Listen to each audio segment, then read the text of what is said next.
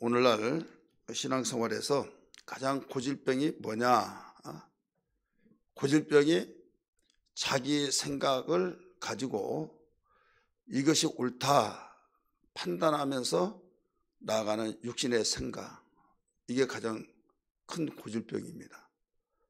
이게 해결되지 않는 이상 하나님도 그를 이길 수가 없어요. 힘이 없어서 이길 수가 없는 것이 아니라 하나님의 법에 의해서, 그래서 겸손한 자를 찾는다, 이런 말씀을 하셨어요. 앞뒤에 딱 자르고 하나님도 이런 사람 이길 수 없다 이렇게 말하면서, 야, 그런 말이 어디냐 이렇게 말하면 얼마든지 비판의 대상이 되겠죠. 하나님의 의도적인 측면에서 우리 전체적인 면을 알아야해요. 인격체로 만드셔서 하나님은 축복에 관한 것은 하라, 찾으라, 나오라, 모든 걸 하라고 하셨어요. 근데 복되지 못한 것은 금하라고 하셨고, 떠나라고 하셨고, 하지 말라고 하셨고, 이런 말씀들을 하셨잖아요. 그래서 왜 하나님이 그렇게 말씀하실까? 하나님은 말씀 한마디로 천지를 다 지으신데 하나님 알아서 착착착 해주시면 끝날 것인데 왜 그렇게 말씀하시는가? 이렇게 생각하는 사람은 아주 하나님을 모르는 사람이에요. 모르더라도 어느 정도 모르냐? 이 돌머리 같은 사람이에요. 어떤 사람이라고요? 돌머리. 여러분, 돌머리를 그때 쓰는 거지 다른 데 쓰면 안 되는 거예요. 하나님을 알지 못하면 망하는 거예요. 호세아 4장 6절의 말씀에 보면 내 백성이 지식이 없으므로 망한도다 이렇게 말을 했어요. 여기서 지식 시대인데 지식이 없다고 한 것이 말이 됩니까? 이 지식은 하나님 아는 지식이에요. 예수 믿고 하나님을 알아가는 그 삶이 되었는데, 알려면 어떻게 하면 됩니까? 겸손한 마음으로 배워야 된다 이거죠. 그래서 주님이 말씀하시기를 하늘로 올라가실 때 내가 분부한 모든 걸 가르쳐 지키게 하라 이렇게 말을 했어요. 가르쳐 지키게 하라. 오늘 이 자리뿐만 아니라 온라인에서 예배드리신 분들, 이런 사람은 돌머리다 이렇게 말했던 것에 좀 기분이 나쁠 수 있어요. 저는 일부러 이런 단어를 사용해요. 왜? 자극제를 주기 위해서. 자극이 돼야만 뭔가 거기에서 겸손한 자는 주여 할 것이고, 교만한 자는 기분 나빠가지고 팽 해버릴 것이고, 이 충격요법이라는 게 있어요. 그 전기로 막 충격을 해서 거기서 무대했던 걸 막 최후 수단이잖아요. 최후 수단. 구약 성경에도 수없이 그렇게 말했어요. 그래서 우리는 그 하나님을 알되 계속 어린아이가 배우면서 알아가듯이 알아가야 된다 이거죠. 그런데 알지도 못하면서 아는 체 하는 사람들은 발전성이 없죠. 세상에 지식이 없어서가 아니라 하나님 아는 지식. 여러분, 교회 생활하고 신앙생활하고 첫 출발이 누구를 아는 거예요? 하나님을 알고 예수를 알고 성령을 바로 알아서 우리가 그 뜻이 정말 인간의 아무리 대단한 사람이라 할지라도 하나님 앞에서는 아무것도 아니다 이거죠. 바울이 그 고백을 했잖아요. 나는 배설물과 같다. 자기를 부러워했던 그 지식, 자기가 배웠던 가문과 지식과 이 모든 걸 얼마나 보냈는지 몰라요. 근데 예수 아는 지식 외에는 모두 배설물과 같이 여기노라 가르쳐 줬잖아요. 고백했잖아요. 그러니까 사람들이 어디에서 이 초점이 안 맞는가 하면, 내가 안다고 하는 그것을 하나님의 입장에서 하나님에 대해서 말한 것이 아니라 무엇에 대해서 내가 나름대로 지식이 있고 나 인정해주고 알아주고, 근데 왜 하나님 알지 못한다고 그러냐. 보이는 사람도 알지 못한데 보이지 않는 하나님을 안다. 그래 겸손으로 계속 배워가는 거예요. 그리스도의 블라인드까지 창성해 나가는 거. 그래서 우리가 날마다 겸손한 그 기도의 제목을 가지고 나가지 않고는 어느 날 순간에 우리는 육식의 속성이 있어서 하나님을 등지고 이 무드로 살려고 하는 속성이 있다 이거죠. 그래서 그쪽으로 흘러가는 거예요. 그것을 이렇게 하면 안 된다 해서 바로 잡아가는 삶. 그런데 여기에서 인간은 한계가 있으니까 하나님이 이걸 아시고 성령을 받으라 하셨잖아요. 성령은 하나님의 신으로서 우리의 가장 가깝게 곁에 계신 자로서 우리 안에 계셔서 가장 가까이 계시는 어디예요? 우리 곁에 계신, 그러면 내 옆에는 이렇게 생각할까 봐 우리 마음에 모셔서 어디든지 함께 하신 그분. 그렇기 때문에 성령을 주셔서 성령으로 충만하라 말씀하신 거예요. 왜? 그분으로 충만하지 않고 그분과 함께 하지 않으면 너희들은 어느 날 순간에 너희들은 그분과 멀어진다 이거예요. 그래서 깨어있으라는 거죠. 바울은 그렇게 많은 일을 하면서도 내가 선줄로 알다가 넘어질까 조심한다고 하면서 그런 일들을 고린도 교회를 향해서도 가르쳐 줬잖아요. 이 육신의 생각, 이 시대의 흐름에 따라서 다변하게 변화가 되어집니다. 그래서 빨리 그 쫓아가야 된다. 쫓아가야 하기 때문에 그걸 배워야 된다. 그걸 알아야 된다. 그러면서 굉장히 분주하는데 좋습니다. 그렇게 해야만 됩니다. 그런데 무엇을 향해서 쫓아가야 하느냐? 분별을 잘해야만 됩니다. 여러분 옷을 쫓아가야 해요? 아니면 몸을 쫓아가야 해요? 몸을 쫓아가야죠. 그러면 몸을 그냥 홀딱 벗고 가지 않잖아요. 옷을 입었으니까 같이 가잖아요. 그런데 여기 옷이 너무 좋아요. 좋으니까 그 옷을 보고 그게 유혹을 받아가지고 그것 보고 가니라고 구경하니라고 머뭇거리고 몸은 지금 멀리 떠나는데 거기는 갈 생각도 하지 않고 잃어버린다 이거죠. 문화는 옷입니다. 시대는 옷입니다. 그러니까 시대를 따라가다 보면 예수를 자칫 잘못하면 놓치는 거예요. 그래서 너희는 세대를 본받지 말고 이렇게 나오잖아요. 하나님의 선하시고 온전하시고 기뻐하신 뜻이 무엇인지 분별을 하도록 하라. 그러면서 그 앞에 1절에서 로마서 12장 1절에서는 하나님이 지금 우리에게 이 세대를 본받지 않고 분별하면서 선하시고 온전한 뜻이 무엇인지 알려면 영적 예배를 드려야 된다는 거예요. 영적 예배. 영적 예배에서 너희가 예배를 성공시켜야 된다. 이것을 강력하게 가르쳐 준 거예요. 시대는 아무리 바뀌어진다 할지라도 하나님 말씀은 변하지 않는 걸 믿기 바랍니다. 그리고 그 말씀을 알아가고 그 말씀을 우리는 따라가고 그 말씀을 의지하는데 시대가 이렇게 바뀌는데 그래서 어떤 교단에서는 어떤 교파에서는 우리는 하나님 말씀 이스라엘 백성들에게 주신 말씀이요 그 시대가 어떤 시대인데 지금까지 그 말을 가지고 그대로 의지하고 사느냐 바뀌어져야 된다. 얼빠진 사람들이 있다 이거죠. 그러면 그 말이 맞는 것 같아요. 정말 몇천 년 전에 있는 책으로 본 고문서를 지금 그대로 믿는 것은 바보짓이다 이거죠.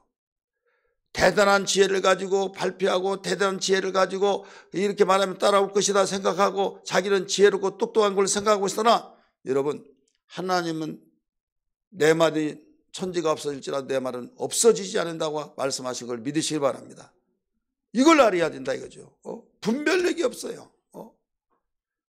그래서 성경을 읽고 또 읽고 그래서 우리에게 모든 기준의 가치가 됐냐면 하나님 말씀에 있고 하나님 말씀에 기준이 되고 거기에 가치가 있는 것을 알아야 될 줄 믿기 바랍니다. 여러분 결국은 다시 돌아와요. 하나님 말씀하신 대로 살지 않다가 보면 다시 유턴해서 돌아온다니까요. 돌아오면 그래도 다행이에요.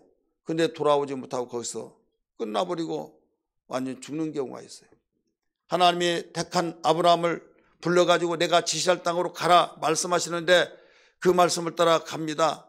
가고 가다가 어느 날 여기다 라고 말씀하셨어요. 여기다. 그 땅이 베델이었어요. 베델에 하나님께 제사를 지냈어요. 여기다 보면 거기서 정착을 해야 하잖아요. 정착을 해야 하는데 가는 날이 장날이란 말이 있잖아요. 가는 날이 흉년이 들었어요. 가는 해. 먹을 것이 없어요. 근데 소문에 남방으로 내려가면 먹을 것이 많다더라 이런 말을 들어요. 그쪽으로 남방으로 쭉 가면 어디냐면 이집트, 당시에 애굽.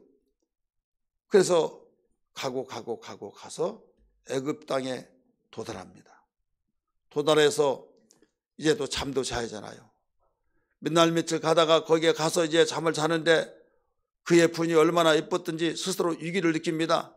당신 이렇게 이쁜데 가만 놔둘 사람이 하나도 없어. 그러니 우리 미리 사진에 말을 맞추자.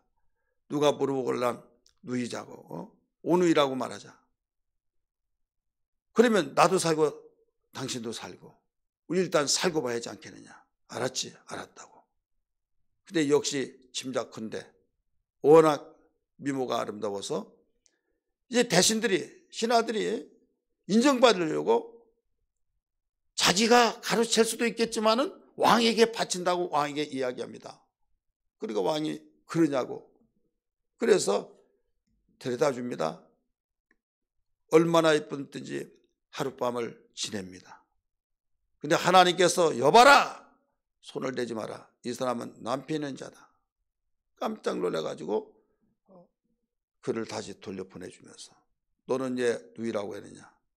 그래가지고 결국은 어디로 돌아왔어요? 베델이라고 해서 유턴해서 다시 돌아왔어요.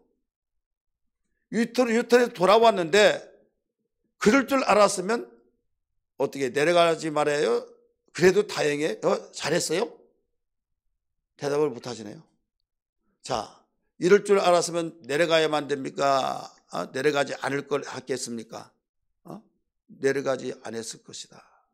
내려가지 말았을 건데 괜히 내려가가지고 시간 들어가죠.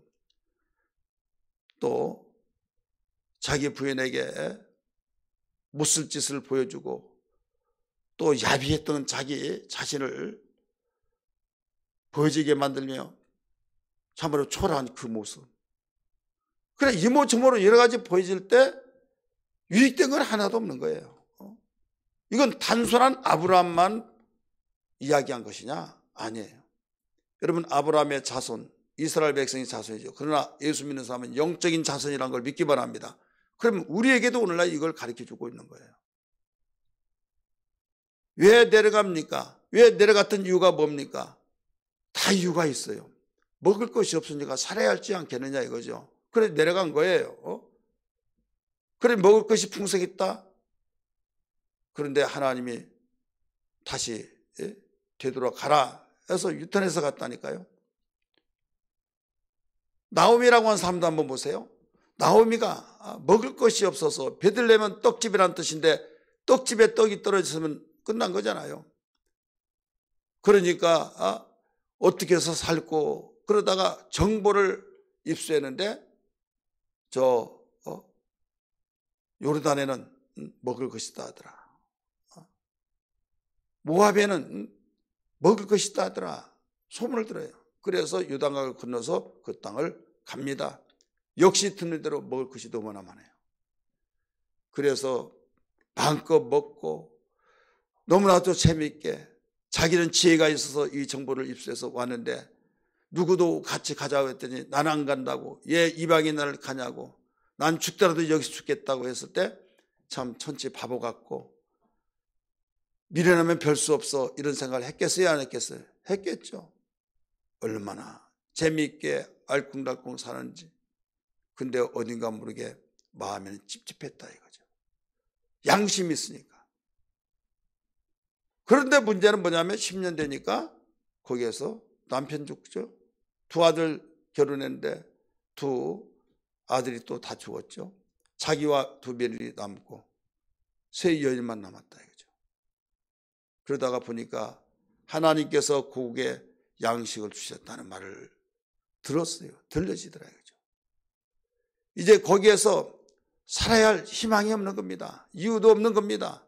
잃을 것 다 잃고 이제는 초라한 그 모습으로 다시 자기의 고국의 땅 베들레헴으로 갑니다.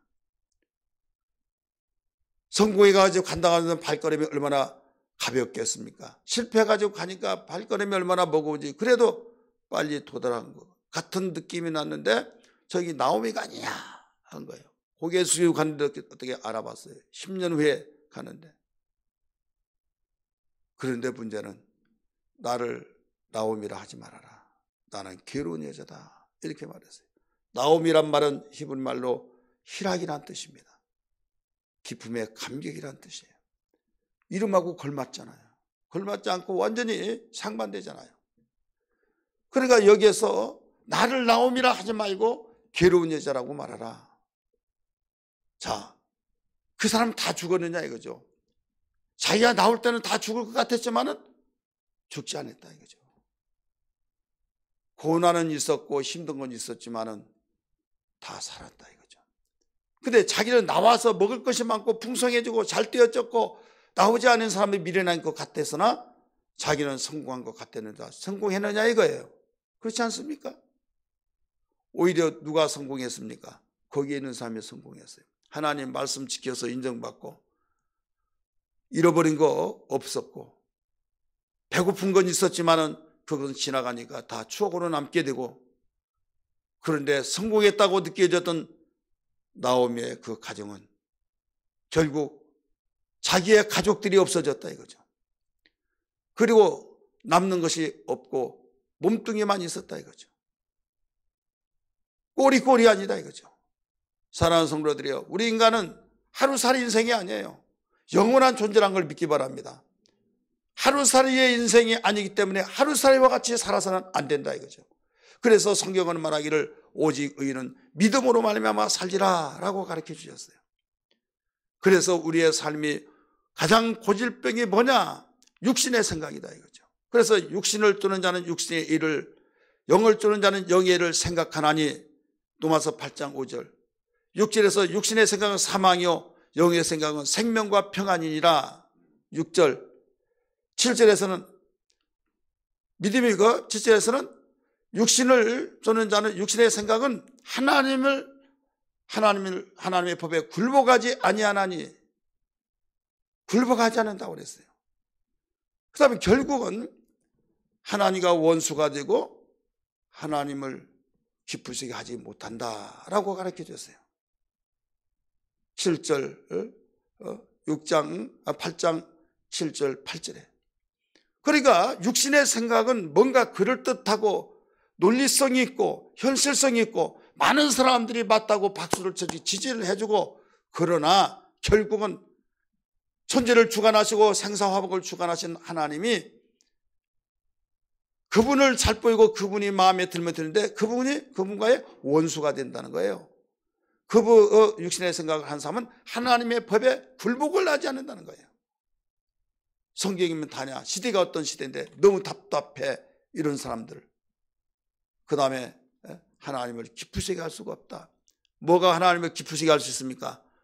믿음은 하나님을 기쁘시게 하는 자라고 그랬잖아요. 그렇게 기쁘시게 할 수 없다고 하니까 육신의 생각을 가지고 사는 사람은 믿음이 없다는 거죠. 사람과 사람 사이도 원수가 되어지고 협력이 되지 않으면 어려움을 당하는데, 하나님과의 원수가 되어지고 하나님 법을 따르지 않는다고 한다면 결국 언제나 질 수가 있느냐. 하나님의 긍휼이 없다고 한다면 그걸로 끝이 날 수 있어요. 그런데 그런 가운데서 겸손한 자는 하나님, 내가 범죄했습니다. 육신의 생각대로 살려고 했습니다. 나를 용서해 주시고 이번 사건을 통해서 깊은 걸 깨달았습니다. 긍휼을 베풀어달라고 간절히 애통한 사람은 그 자체가 뭐냐면 겸손이에요. 그래서 겸손한 자는 찾아서 은혜 주시에요. 다시 기회를 주신다, 이런 말씀입니다.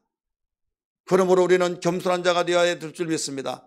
고질병과 같은 그 고질병에서 벗어나야 될 줄 믿습니다. 고질병은 의학적인 용어로서 만성질환이에요. 만성질환은 약이 없어요. 그냥 그대로 살아가는 거예요.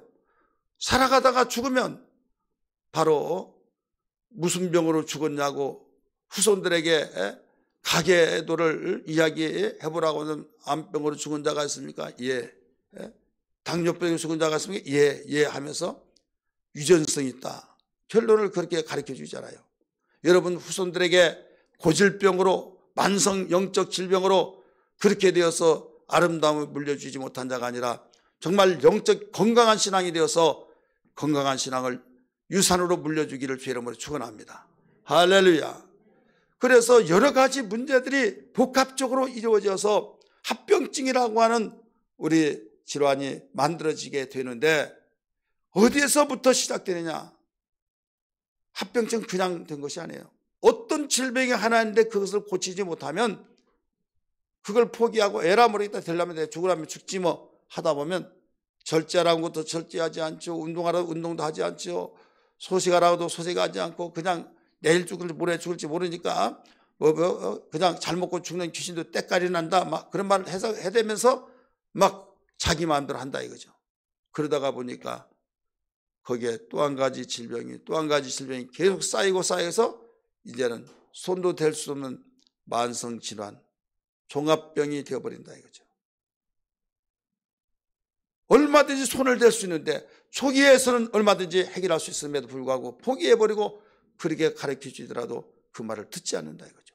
하나님께서 내게 나오라고 말씀하셨고, 하나님의 긍휼을 받으라고 가르치셨고, 들으라고 말씀하셨고, 일어나 함께 가자고 말씀하셨고, 이모저모 다양하게 성령의 음성을 하나님께서 꿈을 통해서도 또 사건을 통해서도 우리의 모든 상황을 통해서도 깨닫게 하시고 그랬건만, 우리는 그걸 무관심해버리고 스스로 모든 걸 저버려버렸을 때 우리는 기회를 놓친다 이거죠.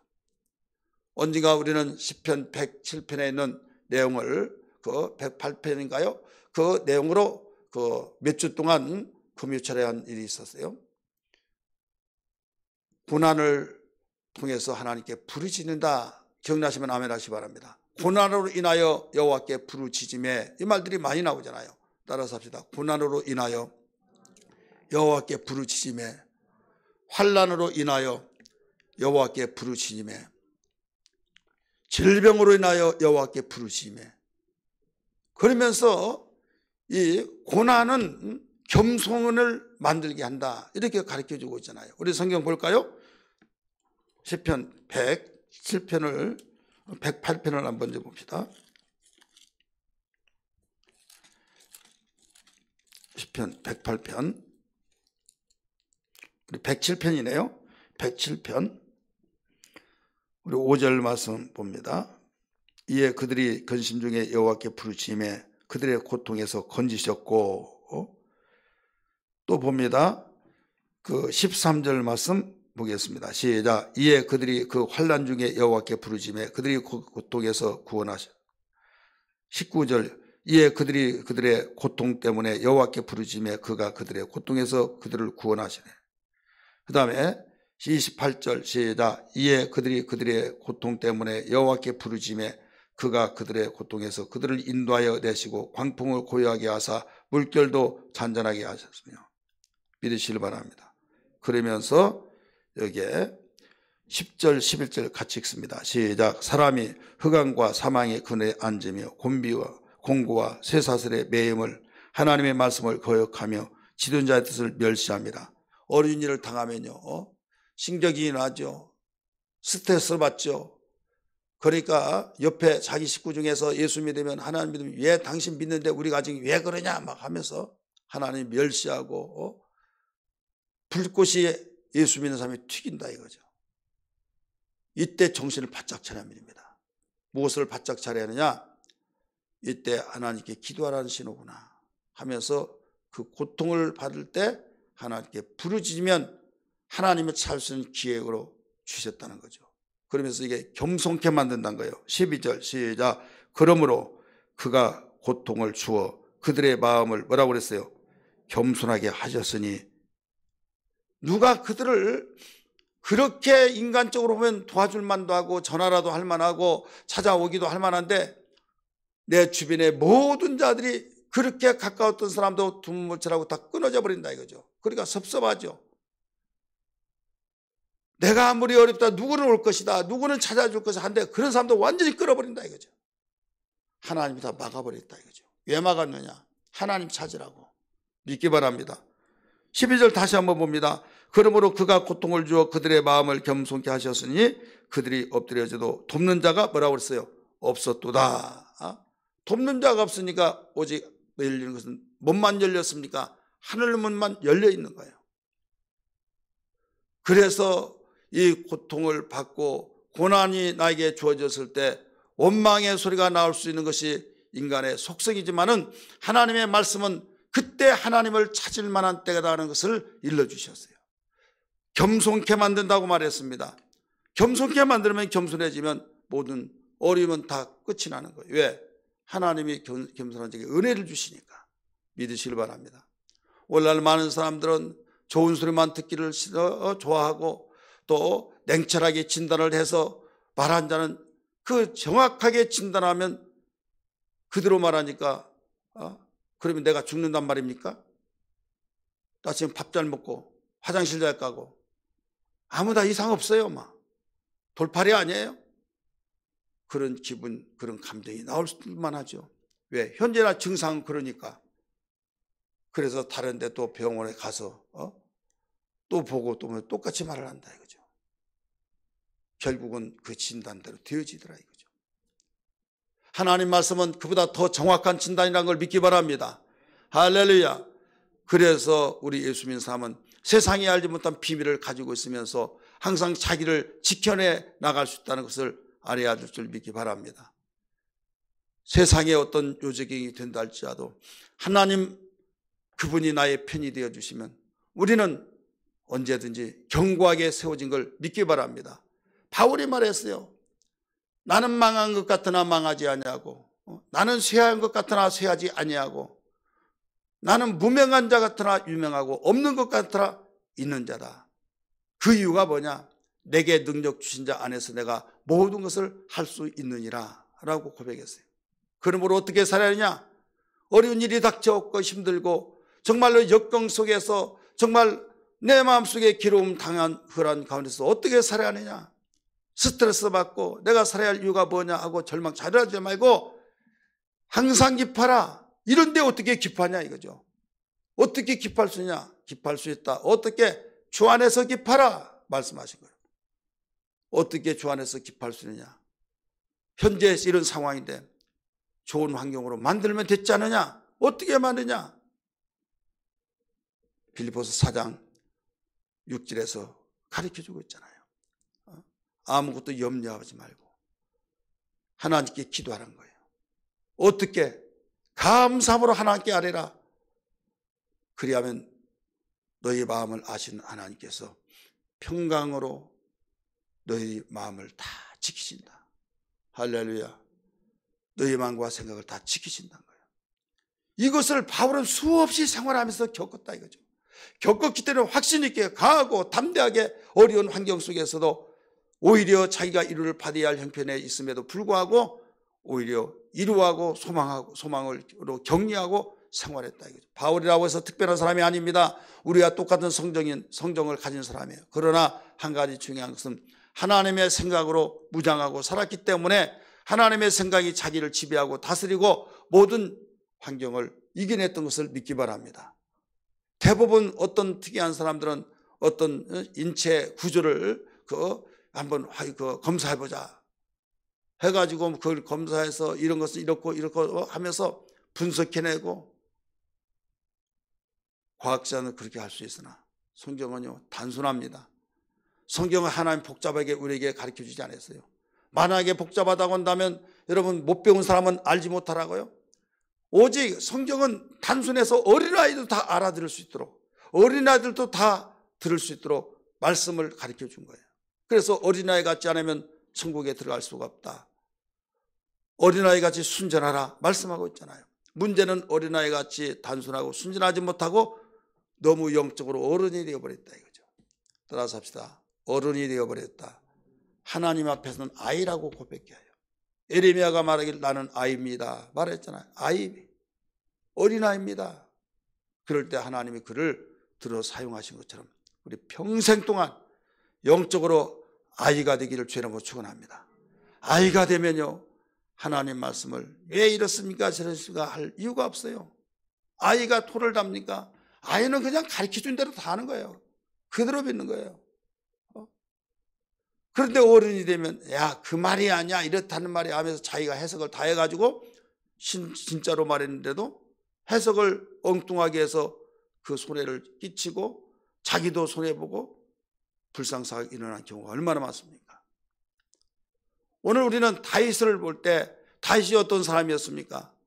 다윗은 참으로 이새의 막내 아들로서 문일 같은 보잘것없는, 그래도 왕으로 기름을 부은다고 사무엘에 가서 너의 아들 중에서 하나님이 왕에 될 만한 자를 기름 부으라고 했는데 한번 다 아들을 모이게 하라.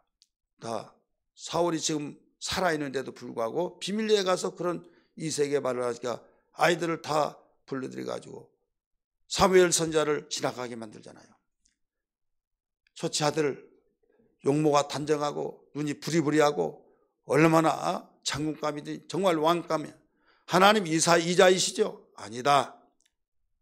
너는 용모를 보지 말아라 말씀했잖아요. 지나갔어요. 둘째입니까? 아니다. 다 통과해서 7시까지 지나갔어요. 또 네 아들 없느냐? 없습니다. 자, 하나님은 이새에게 가서 아들에게 기름을 부어서 왕으로 삼으라고 하는데 가서 모여있는 아들들 다 아니라 하는데 또 아들이 있느냐 물어보니까 여기에서 없다는 거예요. 그러면 도대체 어떻게 얼마나 어리둥절하겠습니까? 정말 없느냐? 하나님이 그런데 왜 네 아들 중에서 기름을 부으라고 말했는데 왜 없다고 하느냐? 정말 없느냐? 그러니까 예, 있기는 하나 있는데요, 그는 왕감이 아닙니다. 그는 문열에 갖고 그는 꼬맹이고 보잘것이 없습니다. 내가 오기까지 기다릴 테니 빨리 오라 하라. 왔어요. 여러분 아심박씨 어떻습니까? 소년이었어요. 사람도 그러잖아요. 둘째가 제일 본다, 제일이다, 둘째 딸은 선도한지 데려간다, 이런 말 있잖아요. 첫째는 너무 첫째라 적고, 둘째는 이제는 그 모든 것을 조건을 갖춰서 이제 자라서 크고, 근데 말째는 이제는 산모가 영향이 없어 낳고 해서 이제 문이 낳고, 그게 생략적으로 그러잖아요. 그러니까 이새도 그렇게 적었던 모양이에요. 하나님 앞에 이자는 아니죠 할 수는 없고 딱 서니까 이자라. 하나님 먼저 이가 이스라엘을 다스릴 자다. 나는 예모를 보지 않는다 하면서 그 기름 부었잖아요. 그러면 다윗이 하나님 불쌍히 여겨가지고 그 왕이 되게 하고 그랬나요? 그는 일편단심 항상 가지고 있었던 그 마음이 아이 같은 심정을 가졌어요. 단순했어요.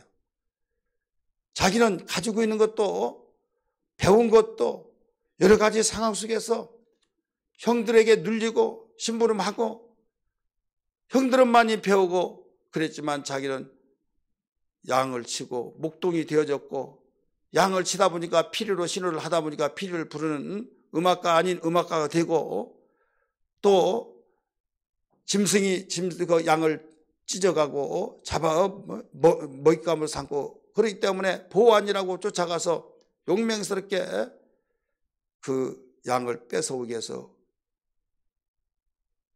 이리를 찢어하잖아요. 이리의 입에서 끄집어내야 하잖아요. 그러려면 입을 아가리를 벌려야 하잖아요. 근데 어린아이가 어떻게 벌릴 수 있습니까? 그래 하나님께 기도한 거예요. 하나님, 우리 아버지의 양이 지금 저 목구멍에 들어가고 있어요. 나는 못해요. 하나님, 저거 어떻게 해요? 어떻게? 아니까 네가 하라. 그러니까 네가 하라고 하니까 그 가서 물맷돌로 쳐서 쓰러지고 가서 아가를 찢어가지고 거기서 끄집어내고 자기가 생각해도 통쾌한 거예요. 자기가 생각해도 있을 수가 없는 거예요. 이건 하나님이 하셨다. 이런 노하우가 쌓여서 어마어마한 그 시편이 나온 거예요. 믿으시길 바랍니다. 하나님의 경험이 있기를 주의 이름으로 축원합니다. 많은 사람은 세상의 지식은 많대 하나님에 대한 경험이 없어요. 하나님에 대한 경험이 없다가 보니까 하나님의 경험으로 무장이 되고 산지식이 돼야 할 텐데 하나님의 경험이 없고 세상의 지식이 그런 경험만 있다가 보니까 하나님의 말씀이 세상의 경험의 지식에 지배를 받는다 이거죠. 하나님의 지배를 받는 자요, 하나님이 통치하신 자인데 우리 그걸 좀 알자 이거죠. 못 배우면 못 배워서 열등의식 가지고, 배우면 교만해서 그렇고, 시대가 바뀌어지면 시대가 바뀌어지고, 이 시대 이렇다 저렇다 이런 정보를 통해서 많은 지식을 얻고, 그러다 보니까 세상이 이렇더래 저렇더래 누가 뭐라고 하면 그렇더래 하다 보니까 하나님 말씀은 온데간데 없어요. 왜 그러냐? 들었어야죠. 말씀을 들었어야죠. 사람은 들음에서 어떤 영향을 받는다 이거죠. 무슨 말을 누구에게 어떻게 들었냐에 따라서 달라진다는 걸 알아야 될 줄 믿기 바랍니다. 그래서 1월 달은 경건의 달로서 우리 성경 읽기 운동 12월 달부터 해서 성경 읽자고 했더니 어떤 이들은 엉뚱한 말들을 한다 이거죠. 이게 왜 그러냐? 나는 읽기 싫은데 왜 읽으라고 하느냐는 거죠. 지금은 돈을 안 받죠. 여러분 돈 만 원이 없어가지고 챙기느라고 돈 만 원 내라고 합니까?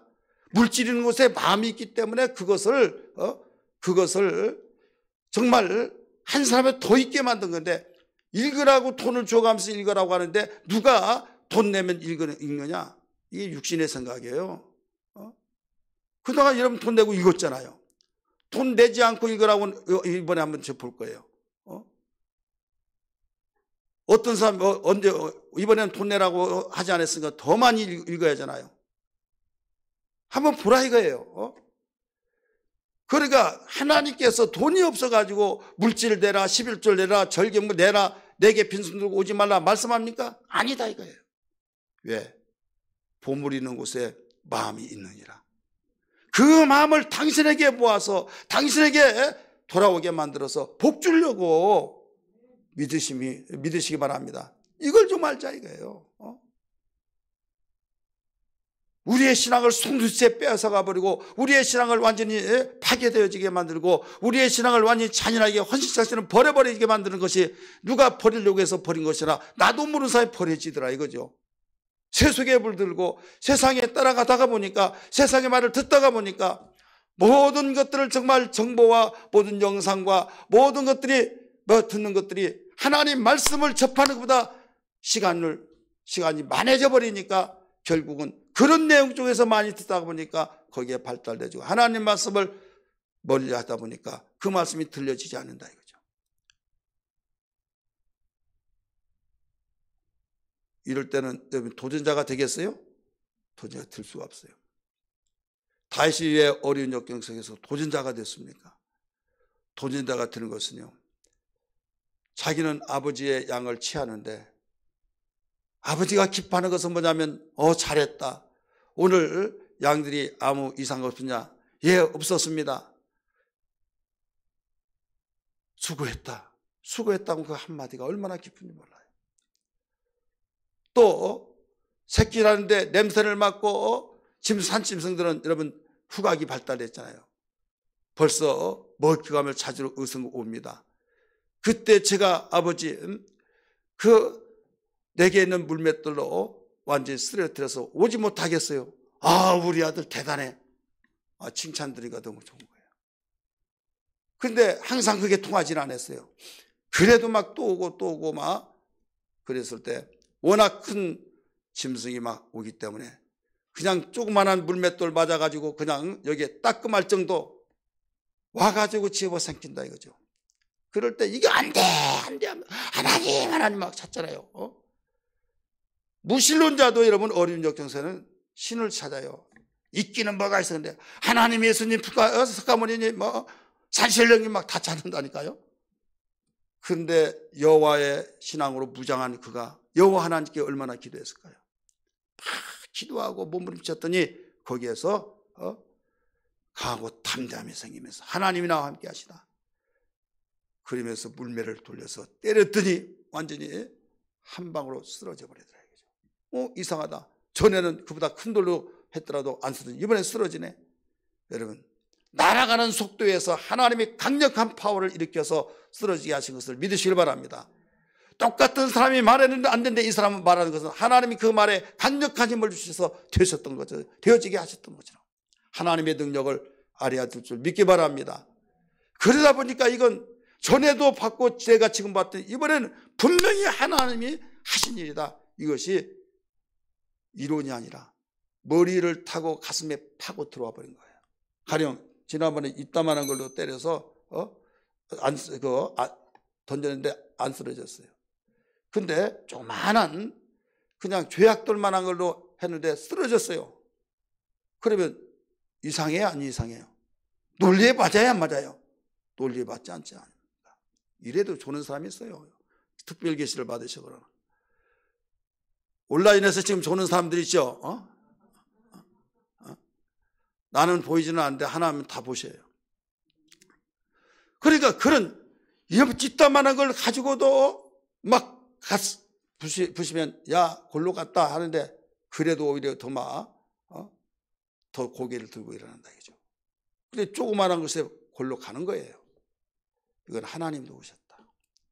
하나님이 도우셨다면 그걸로 끝난 것이 아니라 야 하나님이 함께 하시면 이렇게 된다 하는 확신이 된 그것으로 차곡차곡 계속 누적시키듯이 포인트를 쌓아 올리듯이 그게 경험이 되어져서 하나님 의지하는 신앙이 되어버렸다 이거죠. 하나님이 이걸 알기 때문에 이새의 아들 다윗을 보니 내 마음에 합한 자다 말씀하신 거예요. 오늘 우리는 이런 신앙으로 무장되어야 될 줄 믿습니다. 할렐루야. 그런 가운데 여러분 그의 생애 모든 생애가 이런 신앙으로 무장되니까 하나님이 영광을 받으시고 어디 가서도 하나님이 도와주지 않을 이유가 없지 않습니까? 교만한 자는 대적하시고 겸손한 자는 찾아서 은혜를 주신다고 하는데 하나님이 찾아서 은혜 주신다니까요. 나의 힘이 되신 여호와여 내가 주님을 사랑합니다. 주는 나의 반석이시며 나의 요새시라. 주는 나를 건지시는 나의 주 나의 하나님 나의 피할 아이시요 나의 방패시라. 우리 박수 치며 부릅니다. 나의 하나님 나의 하나님 그는 나의 하나님 내 안성이라. 나의 하나님 나의 하나님 그는 나의 여호와 나의 구세주 나의 생명 되신 여호와여 내가 주님을 찬양합니다. 주는 나의 사랑이시며 나의 의지시다. 주는 나를 이끄시어 나의 주를 인도하시니 나의 생의 목자 되시니 내가 따르리. 아멘. 나의 하나님 나의 하나님 생명의 면류관으로 내게 씌우소서.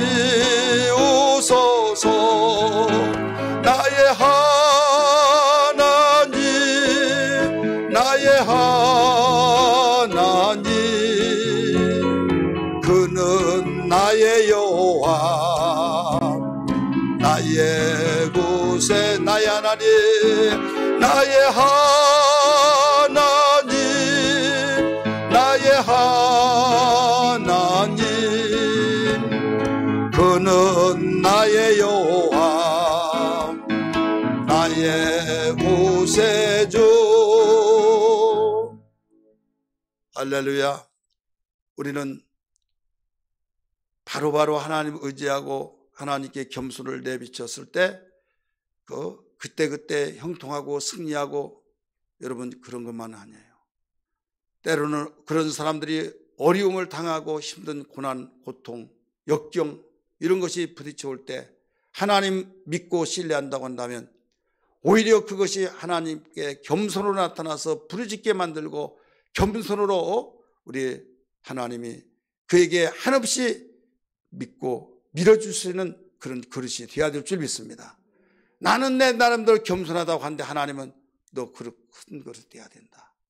그러면서 이 어떤 토마스 주스나 오렌지 주스 보면 99.99%가 있고 30%, 60%짜리 있듯이 바로 퍼센트가 많이 있는 것을, 겸손도 50% 겸손, 70% 겸손, 100% 겸손.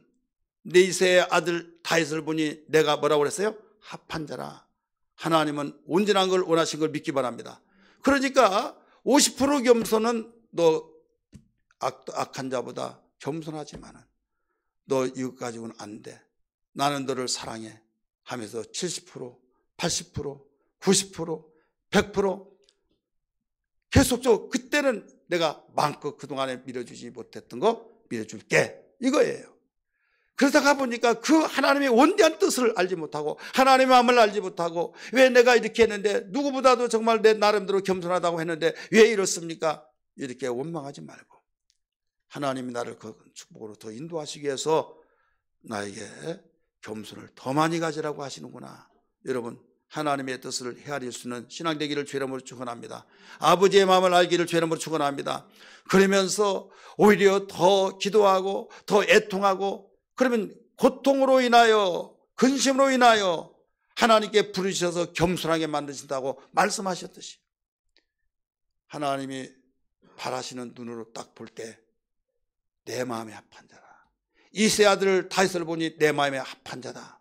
그래서 다윗이 어디로 가든지 형통하더라. 다윗이 어디로 가든지 이기게 하시더라. 말씀하신 걸 기억하시면 아멘 하시 바랍니다. 그냥 된 것이 아니다 이거죠. 다윗도 많은 어려움이 있을 때 그런 오히려 원망하지 아니하고 불평하지 아니하고 좋지 못했지만은 하나님께 기도하고 애통하고 하면서 계속 겸손의 퍼센트를 더 높여갔다 이거죠. 원수를 죽일 수 있는 그 많은 기회를 주셨음에도 불구하고 하나님이 기름 부은 종을 우리가 손댈 수 없다. 죽이지 말아라. 이런 가운데 그래도 죽일 수 있는데 죽이지 않았다는 것을 알려주기 위해서 그 옷자락을 베어가지고 가자.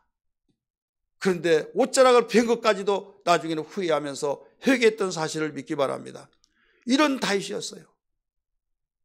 사무엘 시대 초대왕이죠. 그는 전쟁을 해서 블레셋 나라에게 완전히 법궤를 다 빼앗겨 버렸습니다. 이스라엘 하나님을 상징하고 있는 그 법궤를 빼앗기고 엘리지상은 엉엉 울면서 전쟁이 졌다는 것보다도 법궤를 빼앗겼다고 한 것 때문에 너무나도 통곡하면서 엉엉 울고 이랬던 사건을 알고 있지 않습니까? 그래서 결국 법궤가 이방인 나라 그리로 가서 이스라엘 괴로움을 당하는 그 한때. 근데 하나님께서 그 긍휼을 베풀어 주셔서 우상 그들은 다곤 신을 섬기는데 다곤 신전 앞에 그 뒀는데 아침에 일어나 보니까 다곤 신상이 그 신상이 목이 다 덜컹덜컹 다 달아나고 세우는 것이 넘어지고 목이 끊어지고 야 이거 누가 그러느냐 이거 이상하다 이상하다. 나중에는 여호와의 신이 우리 신보다 더 강해서 그런 것 같습니다. 그래 결국 여차차해서 그들이 돌려보내서 이스라엘 백성에게 돌아왔습니다. 법궤가 어디로 가느냐? 이제 돌아왔으면 어디 모셔야 될 곳이 있잖아요. 기럇 여리암이라고 하는 그곳에 바로 안치를 해놨어요. 우사의 집에 우사의 아버지 그곳에 지금 안치를 해놨는데 몇 년이 흘러갔습니다. 다윗도 환난과 핍박과 또 죽을 사경을 통해서 이리 쫓기고 저리 쫓기면서 신경을 못 쓰다가 이제는 자기가 왕이 되고 또 자기가 평안할 때 하나님의 은혜 감사하다고 하면서 너무나도 감사해서 이제는 내가 그동안 신경 쓰지 못했던 거 나는 이렇게 왕궁에 있고 하나님의 그 법궤는 참으로 저 초라한 데 있고 하면서 법궤를 모시고는 그 마음을 가졌습니다. 법궤를 배우고 모시고 오는 일을 가졌는데 얼마만큼 훈련을 시키고 얼마만큼 기쁘게 준비를 했는가 하면 3만 명을 준비했다고 그랬어요. 우리 아마 따라서 3만 명. 우리 사무엘하 6장 1절 한번 봅니다. 사무엘하 6장 1절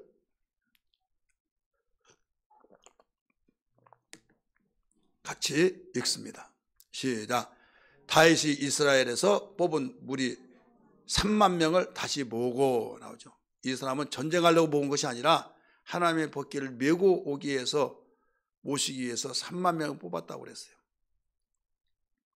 기럇-여아림 아비나답 집에 지금 있는 그곳에서 모셔오기 위해서 이제 갑니다. 제사장과 또 만약에 불상사가 일어날 때 대비해서 모든 군인들을 해서 총동원시켜서 가요. 가서 기럇-여아림 아비나답 집에 들어가서 법궤를 내가 모시고 가겠다. 그래서 왕궁으로 모시고 가려고 모시고 이제는 모시고 가는데 거기에서 수레에다가 실었어요. 수레에서 싣고 이제 행진하면서 가는데 3만 명 가운데서 노래 부르는 자들을 하나님께 찬양한 자들이 있는데 요사야는 밴드를 동원시키고 모든 찬양대를 준비해서 노래를 부르니까 느닷없이 막 얼마나 놀랬겠어요. 나팔이 한두 가지 나팔이 아니죠. 악기들이 막 동원되면서 하니까 막 펄쩍펄쩍 뛰니까 법궤가 막 훅 하면서 넘어지려고 하니까 우사가 아비나답의 아들이거든요. 딱 붙잡았어요. 그래서 즉사에 죽어버린 거죠. 즉사에 죽으니까 결국은 어떻게 돼요? 그 즐거웠던 것이 완전히 분위기가 반전된 거예요. 너무 기쁨으로 그대로 왕궁까지 갔으면 얼마나 좋겠습니까? 이때 그 하나로 인하여서 분위기가 반전되면서 야, 이러다가는 다 죽겠구나 해서 오베데돔 집으로 그 집에 가서 여봐라 있느냐? 너 하나님의 법궤를 여기 모셔라. 당분간 모셔라. 그리고 모두 패전병처럼 어깨 쳐져가지고 왕궁에 들어갔어요. 그런 사건이 있으니까 오베데돔은 어떻게 했을까요? 그렇게 기뻐하지만 않았겠죠. 예, 나도 잘못하면 죽는다. 나도 잘못하면 죽는다는 거죠.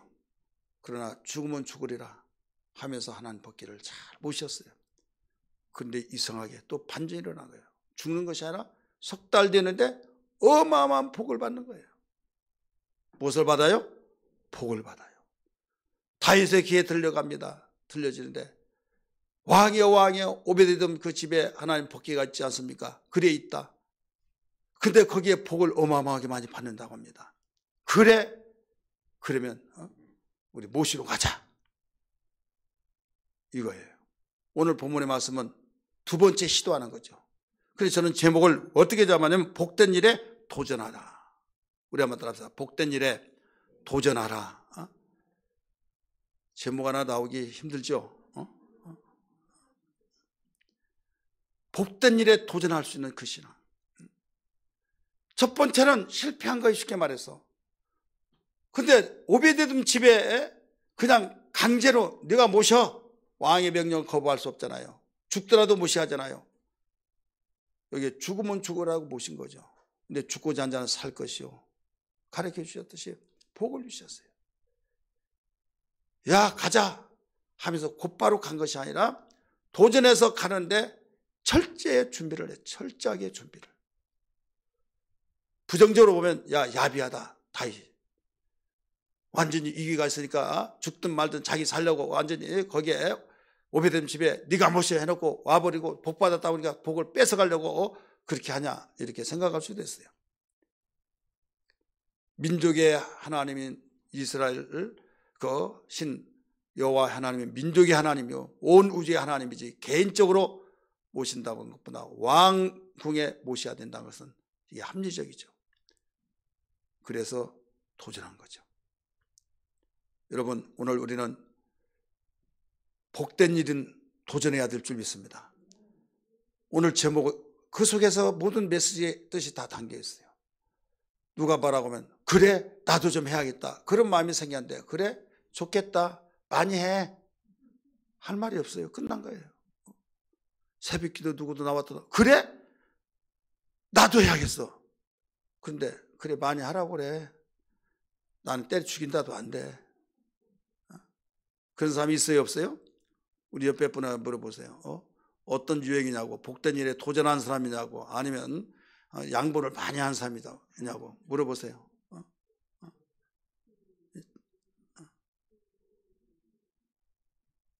여러분, 복 받는 것은요, 어떤 사람이 이런 말 하잖아요. 예수를 모르는 사람도 너무 착하고 너무 욕심도 없고 얼마나 착한지 몰라. 그러니까 그래 며느리 삼으라고 하니까 난 안 삼는다고. 왜 그러냐고 했더니 아니 너무 착하다며요.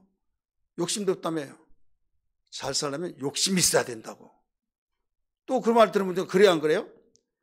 그렇습니까 안 그렇습니까? 너무 욕심이 없다고. 주는 것도 다 뺏긴다고. 복 받으면 욕심이 있어야 된다고. 막 욕심 있는 사람이 잘 삽니까? 욕심 없는 사람이 잘 삽니까? 나보다 여러분이 더 많이 하니까. 욕심 있는 사람이 잘 살아. 왜 그런가 하면요, 공부도 누가 잘해요? 욕심 있는 사람. 2등하고는 완전히 속상히 잠이 안 와. 그럼 1등 하죠. 그러니까 욕심이 있는데 여러분, 하나님 섬기는 것도 욕심이 있어요. 아멘 한 사람만 곱배기 받기를 바랍니다. 온라인에서 예배드리는 우리 성도들이요, 여러분들도 욕심 있기를 주의 이름으로 축원합니다.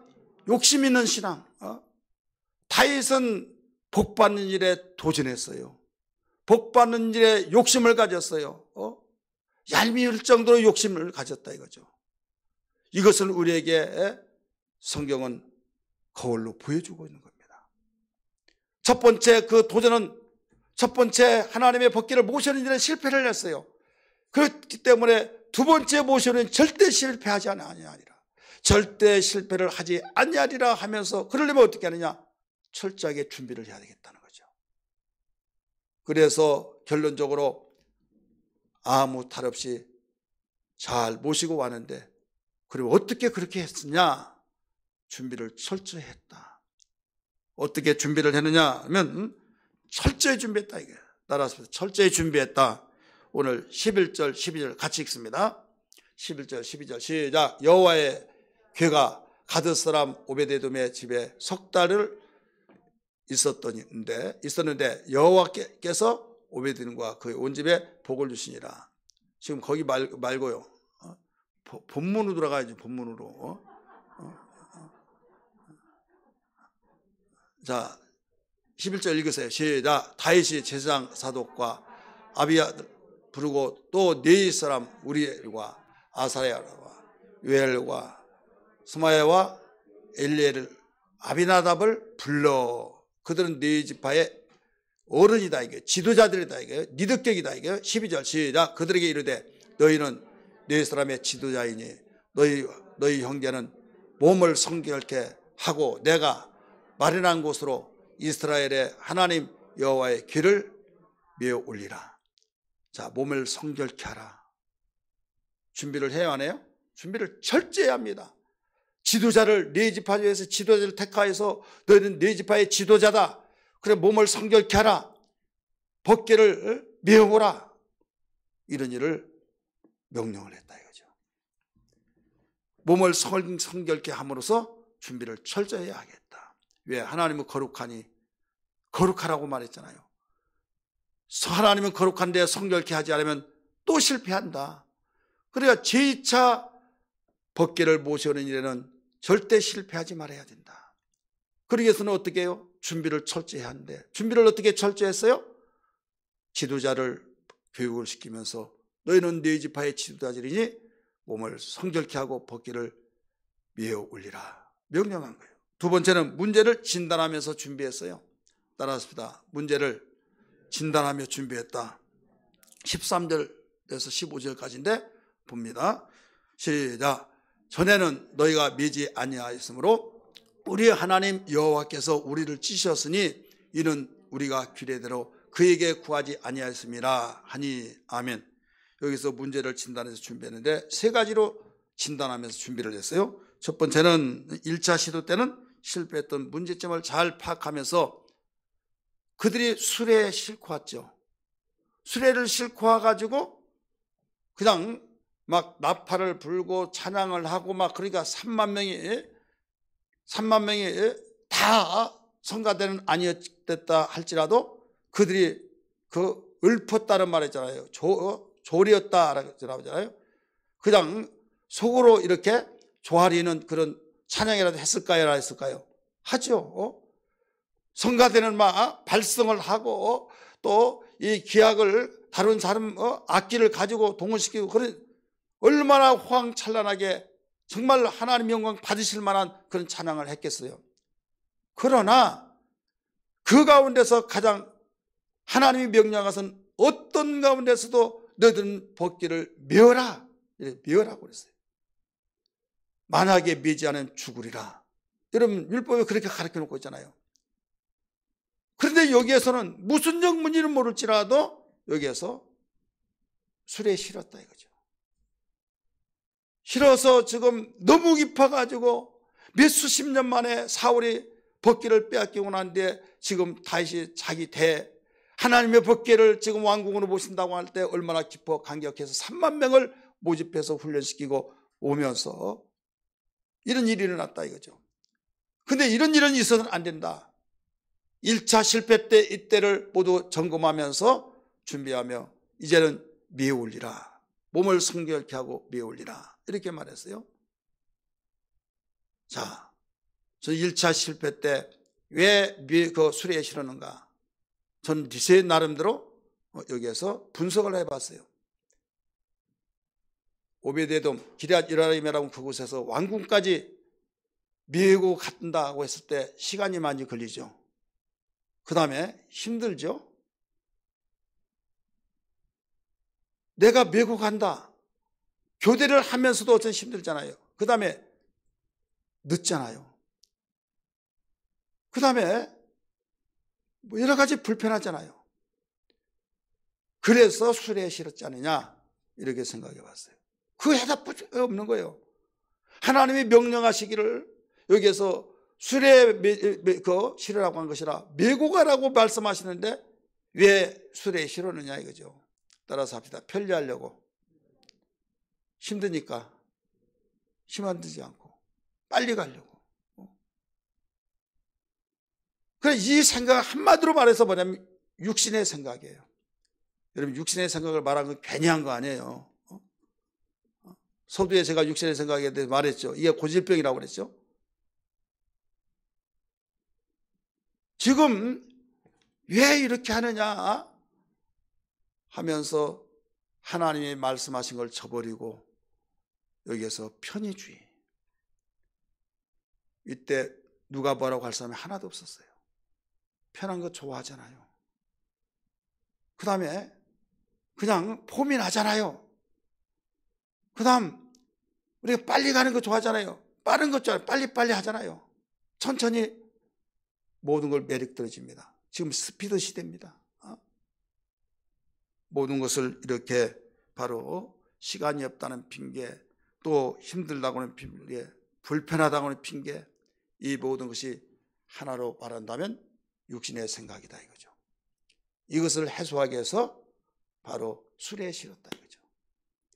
근데 이제는 아무리 너희들이 불편함이 있다 할지라도, 시간이 늦다 할지라도, 힘들다 할지라도 하나님이 명령한 대로 미해야 된다. 이것을 명령한 거예요. 신앙이라고 한 것은요, 믿음대로 살아가야 하나님이 기뻐하신 걸 믿기 바랍니다.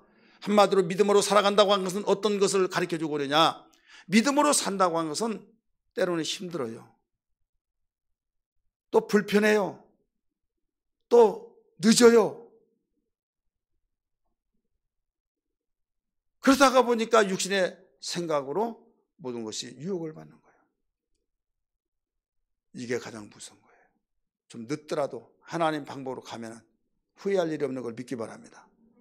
하나님 방법으로 가면 미련한 것 같고 융통성이 없는 것 같고 하나님 방법대로 간다고 한다면 정말 그 머리가 튀지 아니냐고 구석기 사람이다, 조선시대 사람이다 비아냥거리고 맞아 그러면 반전이 그쪽으로 흘러가서 완전히 고립되어서 나는 그런 사람 되지 않아 하면서 나는 그와 같이 융통성이 없고 답답한 사람 아니야 하면서 육신의 생각으로 다 모여지고 뭉쳐져서 자기는 그런 사람이 아니라고 빠져나오려고 한 사람. 실패입니다. 이게. 당신은 실패같이 보이지 않아요. 멋들어지고 빨리 가고 불편함이 없고 수월하고, 근데 실패했잖아요. 다윗은 이것을 가슴에 두고 이번에는 성결하라, 깨끗하게 하고 모욕을 하고 옷을 갈아입고 그 다음에 술에 실지 말고 메어서 올리라. 불편한 거 다 감수하더라도 하나님의 명령하셨다. 이것이 방법이다. 할렐루야. 신앙의 방법은요, 간단해요. 하나님의 명령을 따라 움직인 것을 알아야 될 줄 믿기 바랍니다. 어디에서 문제가 일어납니까? 편의주의 때문에 수월하려고 더 나가서 모든 지금 시대가 이러니까 저러니까, 그러다 보니까 똑같이 교회 다니면서 한자리에 앉아서 한 목사의 설교를 들으면서도 여기에서 둘로 나눠지고 셋으로 나눠지고 하면서 시대 탓하고 상황 탓하고 이모저모 탓하고 그런데요, 정신을 차릴 때 육신을 쫓는 자는 육신의 일을, 영을 쫓는 자는 영의 일을 생각하나니 육신의 생각은 사망이요 영의 생각은 생명과 평안이라. 할렐루야. 육신의 생각은 하나님의 법에 굴복하지 않고 하나님과 원수가 되나니 하나님을 기쁘시게 할 수 없다라고 말씀했잖아요. 오늘 본문의 말씀 사건 속에서 여러분 거기에 그대로 가르쳐주고 있지 않습니까? 이 시대는 어떤 사람이 남냐? 오늘 다 남기를 원하신 줄 믿습니다. 온라인에서 예배드리신 우리 모든 성도 남기를 죄내고 축원합니다. 이 자리에서 예배하는 모든 성도들 남기를 죄내고 축원합니다.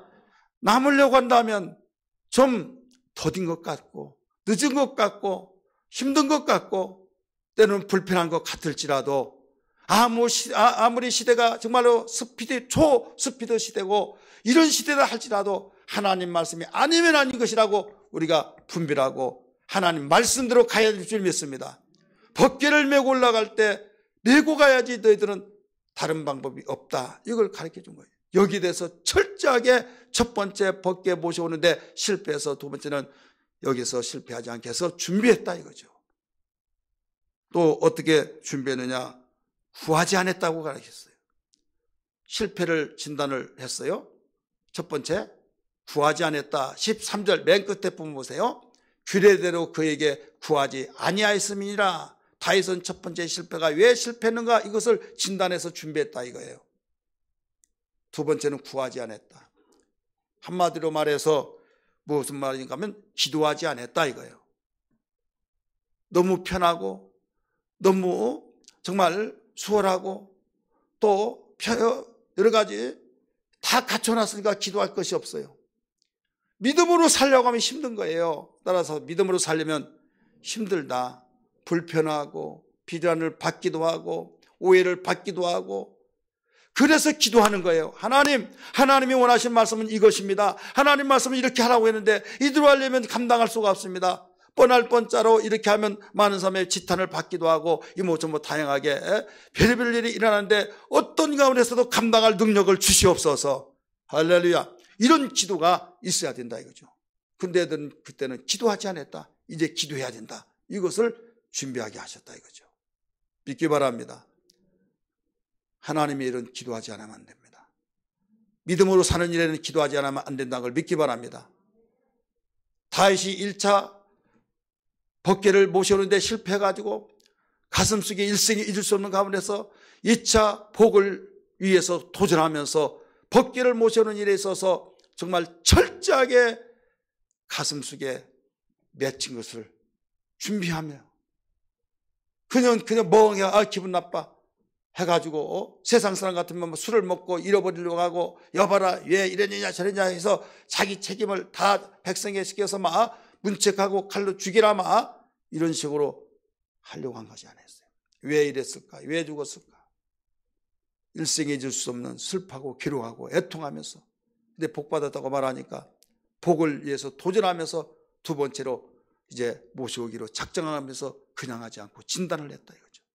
철저하게 준비하는데 몸을 성결케 하고, 두 번째 그 실패했던 걸 진단하면서 이제는 실패하지 않으라고 준비하는데 모든 법궤를 메고 해야 된다. 불편하더라도 시간이 걸리더라도 힘들지라도 두 번째는 구해야 된다. 기도해야 된다. 힘들고 불편하고 귀찮고 여러 가지 악종 후속에 생길지라도 이를 위해서 하나님께 기도해서 하나님이 보호하셔야 된다. 무사히 다 도착 잘 해야 된다.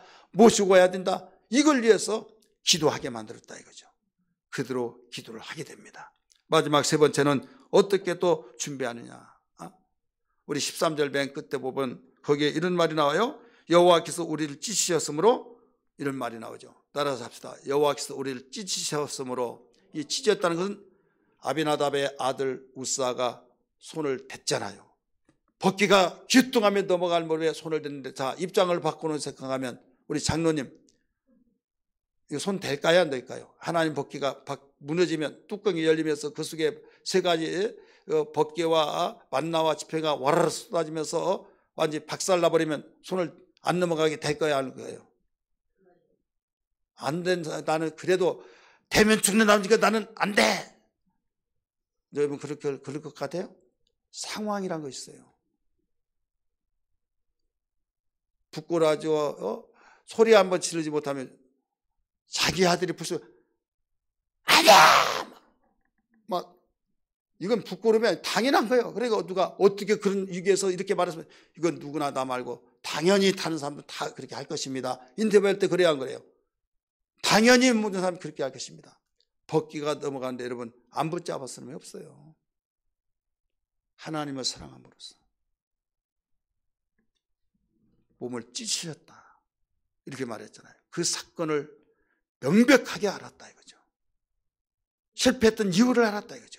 두 번 다시 복을 도전해 나가면서 실패하지 아니하겠다. 이걸 가르쳐 주고 있는 거죠. 세 번째입니다. 어떻게 되면 말씀을 떠나서 곧 하나님의 명령을 따라서 하지, 하나님 말씀을 떠나서 곧 명령을 떠나서는 내가 하지 않겠다. 이것을 가지고 준비를 했어요. 15절 말씀 봅니다. 15절 읽습니다. 시작. 모세가 여호와의 말씀을 따라 명령한 대로 네 자손이 채 여호와의 길을 메어 얻게 메니라.